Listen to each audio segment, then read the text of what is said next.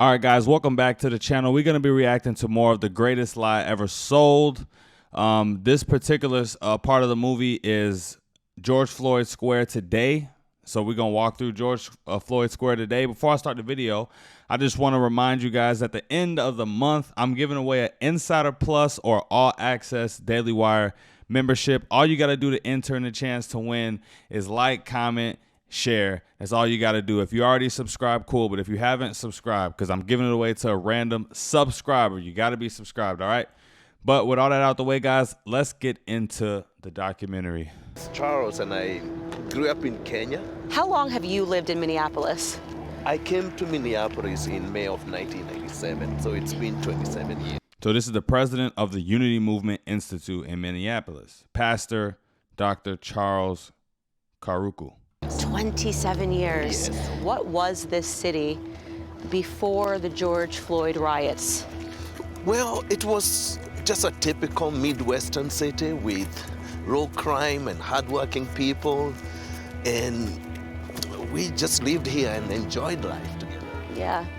And then things took a bit of a turn, and this is something different, would you say? Well, what we saw was like a venting of anger.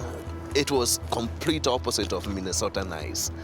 And we saw anger, mayhem, looting, destruction of property, burning of police precincts, and it was completely foreign to me. I'm used to something like this in third world countries, but not in America, and quite honestly, not in Minnesota.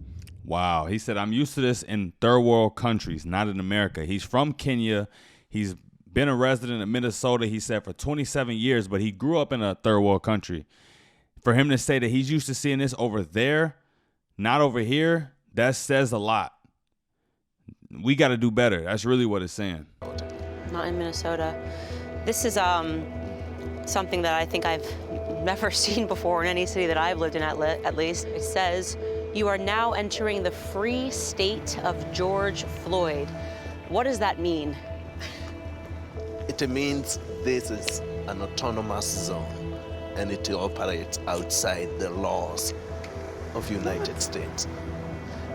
That's like, imagine having a kid, your kid living in your house. He don't listen to nothing you say. He cuss you out, come home when he want, leave whenever he want. It's like they just out here living in right next to what's a normal city or town. They got their own little block squared off and say, no, the laws are different here. We not governed by police here. They making their own plays over there. I've never seen that in my life either. Never, not once, nowhere. And anything that happens here is run by a community, and they do whatever they want. They do whatever they want. How is that allowed in the United States? The city of Minneapolis has been negotiating Negotiating with whom? With the community. Wow. So the city is being held hostage by the community that is running the autonomous zone. Do I have that understood? That's correct. Wow. Yeah. So we are now entering a state where really anything goes, right? Really sort of anything goes, right? Well, I think anything goes here. We've seen death. We've seen a man shot right in front of us. We've seen a woman who was pregnant shot right in front of us. And right here, we had a huge bus, like a school bus, and it was a clinic. It was a medical clinic. And the number one thing they were treating during the time of the riots was gunshot wounds right here. Wow. As I'm looking around, there's so many empty shops on the block, things that are boarded up. How does that make you feel to see that? Is there ever going to be life again on this street? Well, I feel like there has been a tremendous loss of the way of life here has changed. So I just want to pause and say real quick. People get a lot of criticism when they criticize BLM and the effect that movement has had on the country. But when you listen to a man's story like this, who's lived in this community for 27 years, watched it prosper, and seen it and seeing it crumble to the point where it is now, when you have autonomous zones, stores that are closed down and can't reopen. The insurance can't cover the damages done. I have businesses like that near my house that fell during COVID, and they never came back.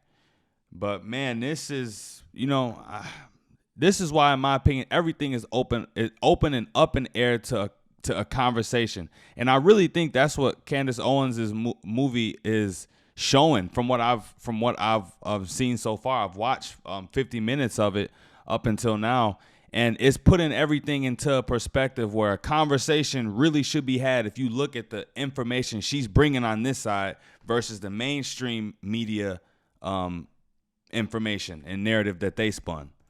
The economy, the destruction of businesses. Most of the businesses here that were destroyed, the insurance would not be able to cover that. Right. And so it's a hard thing for people to rebuild themselves, especially after what they went through. It almost seems like a vigil is being kept here. Well, this is pretty much the body Oh, wow. of George Floyd. This is where he lay dead and breathed his last right here. Right.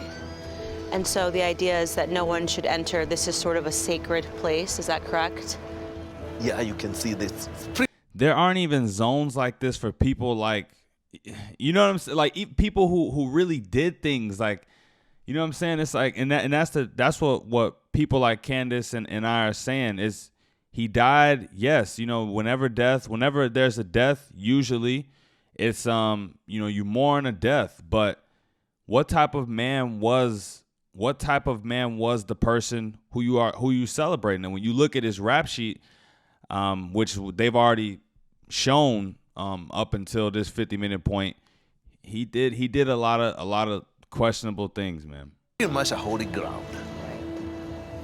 Now, you're a pastor, so I just wanted to ask you, how does it make you feel, right, knowing obviously who George Floyd was and how he lived his life, to see that this has been transformed into a holy ground, as if this is where Jesus Christ took his last breath? Well, we have better people to follow. Of course, Jesus Christ, Dr. Martin Luther King Jr., who have lived their lives and epitomized what we would like to emulate. Right. And how does it make you feel when you hear leaders, saying that the death of George Floyd is more significant than Martin Luther King? It's outrageous.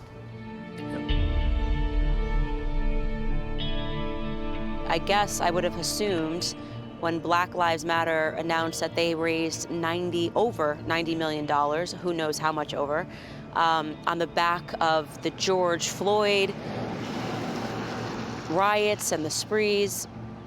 Where is that money? I don't know. It's not here.